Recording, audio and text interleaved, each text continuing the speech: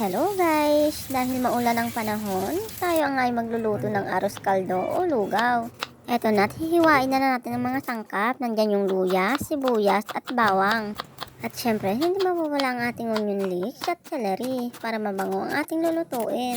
Habang naghihiwa nga ako ng mga sangkap ay nilaga ko na yung itlog at saka yung manok. At nung naluto na nga ang manok ay akin nang hiniwa sa maliliit na sukat. Nakahanda na nga ang lahat ng mga sangkap, kaya ako ay magsisimula ng magluto. At natatakam na nga kaming kumain ng lugaw. Tara na, samahan niyo na akong magluto. Una, igisa na natin yung bawang at sibuyas. Isama na rin natin yung luya. Kapag nagisangan na natin, ilagay na natin yung manok. At isunod naman natin ang celery.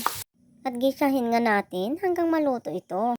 At maglagay rin tayo ng patis sa tamang sukat lang. At maglalagay din tayo ng paminta at magic sarap. At pagkatapos nga ay ilalagay na natin yung malagkit at haluin lang natin ng bahagya. Sunod ay ilalagay na natin yung chicken broth at magdagdag nga tayo ng tubig at ito na nga at kumukulo na at malapit na ngang maluto ito.